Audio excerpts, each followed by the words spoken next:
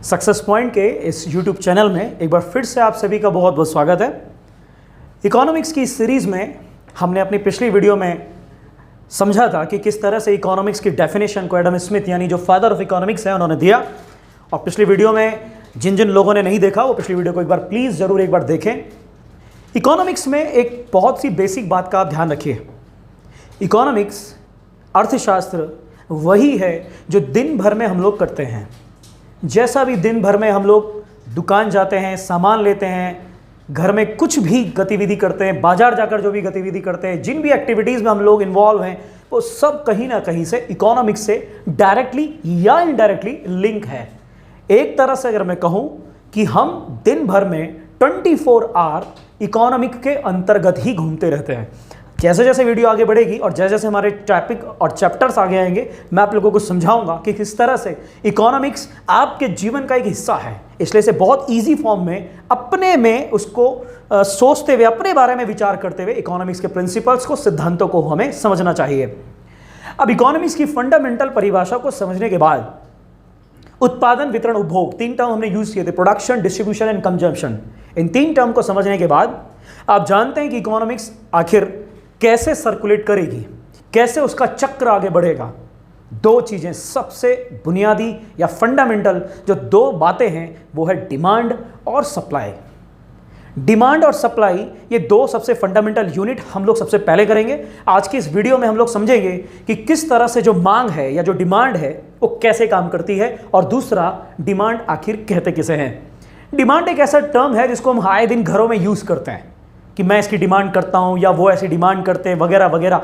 But दोस्तों, अगर आप इकोनॉमिक्स के स्टूडेंट हैं या अगर आप इकोनॉमिक्स समझना चाहते हैं तो आप लोग ध्यान रखिए कि डिमांड वो नहीं है या वो नहीं होता जो हम लोग घर में यूज करते हैं। तो आखिर डिमांड क्या होता है, चलिए स्टार्ट करते हैं। तो पहले तो मैं इसकी डेफिनेशन आप लोगों के सामने क्लियर कर दूं। उस डेफिनेशन के एक्सप्लेनेशन से आपको समझ में आएगा कि आखिर डिमांड है क्या।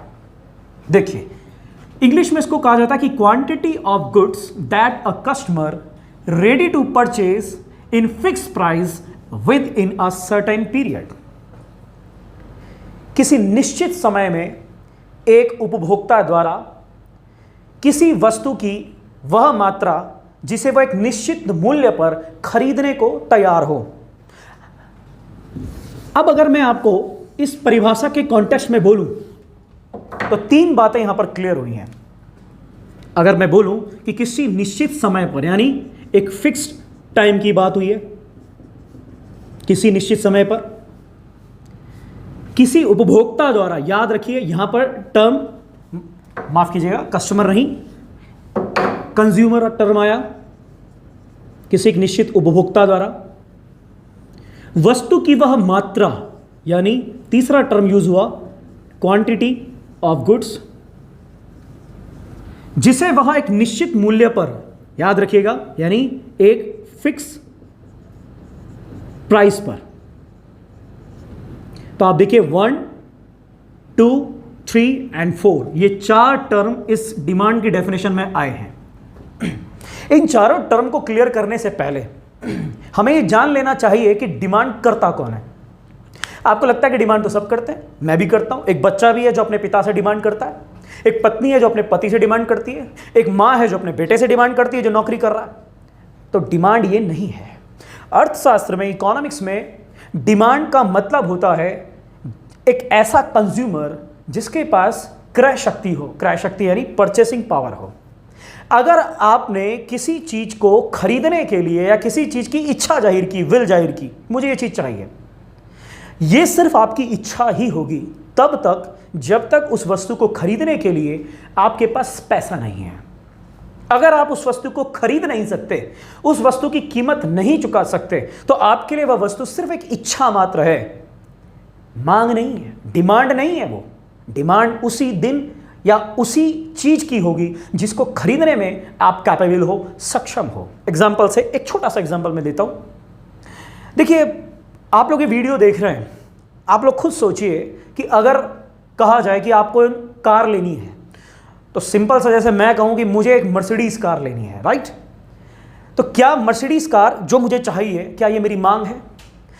मर्सिडीज कार मेरी मांग होगी या नहीं होगी, it's depends on only the purchasing power. अगर मैं मर्सिडीज कार को खरीदने की, चाहे वो 40 लाख की हो, 50 लाख की हो या कितने की भी, अगर मैं उसे खरीदने की परचेसिंग पावर रखता हूं तो कंपनी के लिए मेरी वो इच्छा डिमांड होगी। मींस मैं कंपनी को कह रहा हूं कि आप मेरे से पैसे लीजिए, आप 40 लाख लीजिए या जो भी उसके प्राइस है वो लीजिए, मुझे कार दीजिए। तो कंपनी उसकी सप्लायर है, तो सप्लायर के लिए मेरी इच्छा डिमांड कब होगी? जब मैं सप्लायर को कहूंगा कि मैं तैयार हूं पैसा देने के लिए, आप मुझे कार दो। इसे डिमांड कहेंगे। इसे नहीं कहेंगे कि मेरी मांग है या मैं चाहता हूं कि मेरे को एक मर्सिडीज चाहिए। अगर मैं उसे लेना ही नहीं चाहता, तो ऐसे तो हिंदुस्तान में 135 करोड़ की आबादी, हर कोई चाहता है मर्सिडीज खरीद लूं। तो क्या हर किसी की मांग है? क्या 135 करोड़ मर्सिडीज कंपनी जो है 135 करोड़ कार बनाएगी? नहीं, वो उतनी ही कार बनाएगी जितने की डिमांड हो, यानी जितने लोग उसकी वो कार उस मूल्य पर खरीद पाएंगे। तो याद रखिएगा, इसे डिमांड कहा जाता है। अदरवाइज वो आपकी सिर्फ वांट है, अदरवाइज वो सिर्फ आपकी इच्छा है, वो आपकी मांग नहीं है। तो याद रखिएगा कि मांग किसे कहते हैं। अब मांग की जो परिभाषा है उसमें 4 टर्म हम लोगों ने देखा कि मांग जब भी आप किसी चीज की करते हो, याद रखिएगा जो मांग करता है, यानी कि जो अभी की परिभाषा से तहत जो मांग करता है, जो डिमांड करता है, उसी बंदे को हम लोग, उसी पर्सन को हम लोग कंज्यूमर कहते हैं। कंज्यूमर शब्द में ये बात इन्वॉल्व है, ये बात निहित है। जिसको हम कंज्यूमर कह रहे हैं, इसका मतलब है कि वो डिमांड करने वाला व्यक्ति है, इसका मतलब है वो परचेसिंग पावर है उसके पास। इसीलिए याद रखिएगा, एक दुकानदार के लिए एक गरीब आदमी या एक भिखारी कंज्यूमर नहीं है। उसके लिए कंज्यूमर वो है जो उसकी दुकान से सामान खरीदने की क्षमता रखता है। इसलिए एवरीबडी, हर व्यक्ति कंज्यूमर नहीं होता। कंज्यूमर वही होता है जिसके पास पैसा हो। याद रखिएगा। तो पहली बात हमने बोली, डिमांड किसी भी चीज की जब हम करते हैं तो किसी पर्टिकुलर टाइम पर करते हैं। आप देख सकते हैं कि अगर गर्मियों का सीजन है तो गर्मियों के तपती धूप में आप लोग चाय की डिमांड कम करेंगे, कंपैरिजन आप लोग एक कोल्ड ड्रिंक की डिमांड करेंगे, राइट? या भीषण सर्दी पड़ रही है तो आप बिल्कुल चिल्ड कोक या कोल्ड ड्रिंक की डिमांड नहीं करेंगे। आप उस वक्त एक चाय, कॉफी या कोई गर्म सी चीज मिल जाए उसकी डिमांड करेंगे। डिपेंड्स, हर चीज डिपेंड करती है पर्टिकुलर टाइम पीरियड पर। तो एक फिक्स टाइम होना चाहिए डिमांड के लिए। सेकंड चीज जो मैंने बोली है, कंज्यूमर होना चाहिए। और कंज्यूमर में मैंने कहा कि पहले ही निहित है कि वो एक क्रय शक्ति प्राप्त व्यक्ति है, यानी परचेसिंग पावर है उसके पास। तीसरा बोला quantity of goods. Quantity of goods यानी कि जो हम डिमांड जिस चीज की कर रहे हैं, कितनी क्वांटिटी में उसकी डिमांड कर रहे हैं। अभी हम बात करेंगे इसके बाद, अभी अगला ही टॉपिक है, इसमें बात करेंगे कि क्वांटिटी ऑफ गुड्स यानी कितनी मांग करेंगे। It's depends on price. भाई मैं चाहता हूं, मैं बाजार गया, मैंने कहा कि मैं 5 किलो आम लेकर आता हूं आज। अब मैं 5 किलो आम लेने बाजार जाऊं, मेरे पास 500 रुपए हैं। मैंने 500 रुपए के 5 किलो आम लेने की सोचा। मेरे माइंड में है कि मैं 100 रुपए किलो के 5 किलो आम ले आऊंगा। लेकिन हुआ क्या कि बाय द वे मैं बाजार गया और वहां पता चला कि आम तो 150 रुपए किलो है। तो आप बताइए, क्या मैं 5 किलो आम खरीद पाऊंगा? बिल्कुल नहीं। यानी रेट ज्यादा होने के कारण मैं उतना माल, यानी उतनी क्वांटिटी ऑफ गुड्स परचेज ही नहीं कर सकता। तो यानी मेरी डिमांड इन सब चीजों के इर्द गिर्द घूम रही है। अब इसी से रिलेटेड चीज को आई होप कि आपको समझ में आया होगा। अगर नहीं आया तो आप वीडियो को रिवाइंड करके दोबारा मेरी बात सुनिए।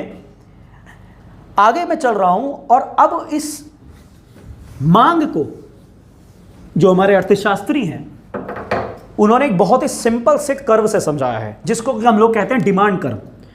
अब डिमांड कर्व यानी जिसको हम हिंदी में बोलते हैं मांग वक्र, ये कैसे काम करता है? मेरी एक बात को बार बार गौर कीजिएगा। इकोनॉमिक्स को जानने के लिए या समझने के लिए उसे अपने ऊपर इन्वॉल्व करिएगा। देखिए कैसे।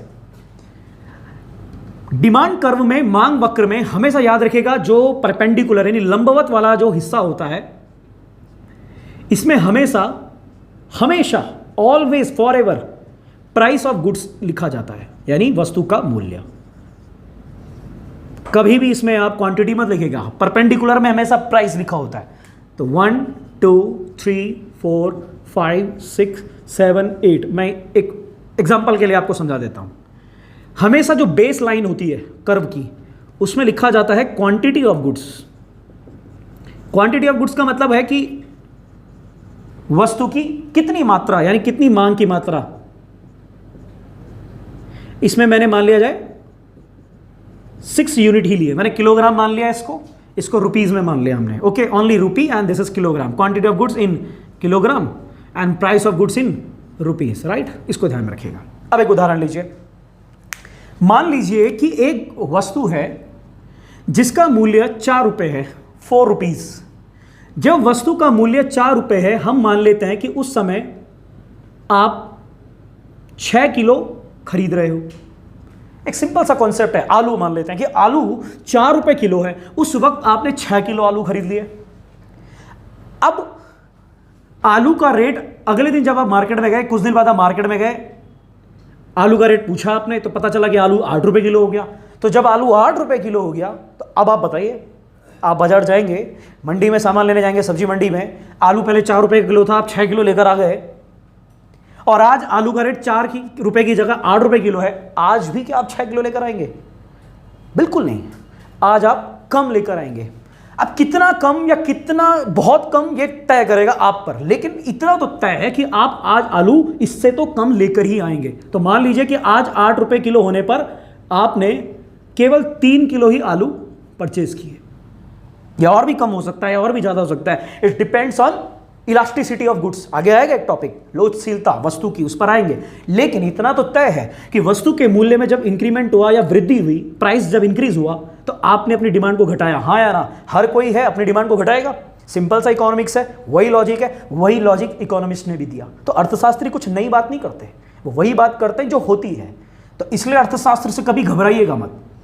तो आप खुद देखिए इस पॉइंट को, जो इस कर्व का पॉइंट है, और इसको अगर हम दोनों पॉइंट को मिला दें तो ये जो एक स्ट्रेट लाइन बनी, it is called demand curve, जिसको हम शॉर्ट में डीसी कह देते हैं, मांग वक्र।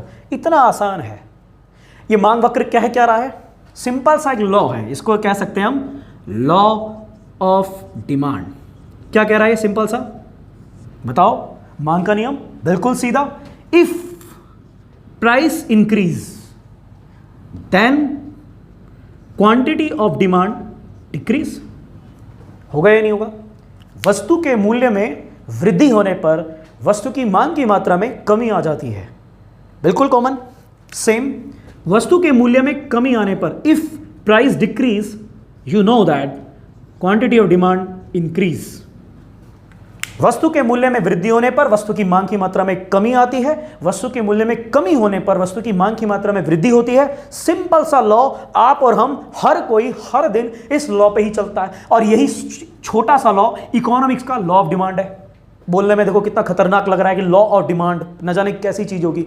बिल्कुल वही है जो दिन भर, हर समय, हर वक्त हम लोग करते हैं या करते आए हैं, आगे भी करते रहेंगे। अब लॉ ऑफ डिमांड के बाद जो सबसे इंपॉर्टेंट चीज एक और इस पे जुड़ती है, वो है कि कौन कौन से ऐसे फैक्टर्स हैं, कौन कौन से ऐसे कारक हैं जो हमारी डिमांड को इफेक्ट करते हैं। मींस जिन चीजों के कारण आप या मैं चीजों को कम खरीदूंगा या ज्यादा खरीदूंगा। कौन से ऐसे ऐसे फैक्टर्स हैं, कौन से ऐसे कारक हैं जो हमारी डिमांड को कम या ज्यादा करते हैं? बहुत ही इजी कॉन्सेप्ट है, आप देखिए। अगर हम फैक्टर्स की बात करें तो मुझे नहीं लगता कि आपने अब तक अपने मन में नहीं सोचा होगा कि सबसे बड़ा फैक्टर तो प्राइस है। बहुत बड़ा फैक्टर है, जी हां। मूल्य के बगैर तो हमारी मांग किसी चीज की नहीं है। प्राइस ही है जो हमारी डिमांड को कम या ज्यादा करने में अहम रोल निभाता है। यस या नो? ये सिंपल है, इसमें कोई डिस्कस की बात है। यानी पहला फैक्टर जो मैं कह रहा हूं डिमांड के लिए, पहला कारक वो प्राइस हो गया। दूसरा फैक्टर क्या है? ऐसा दूसरा कारक कौन सा है जो हमारी डिमांड को इफेक्ट करेगा?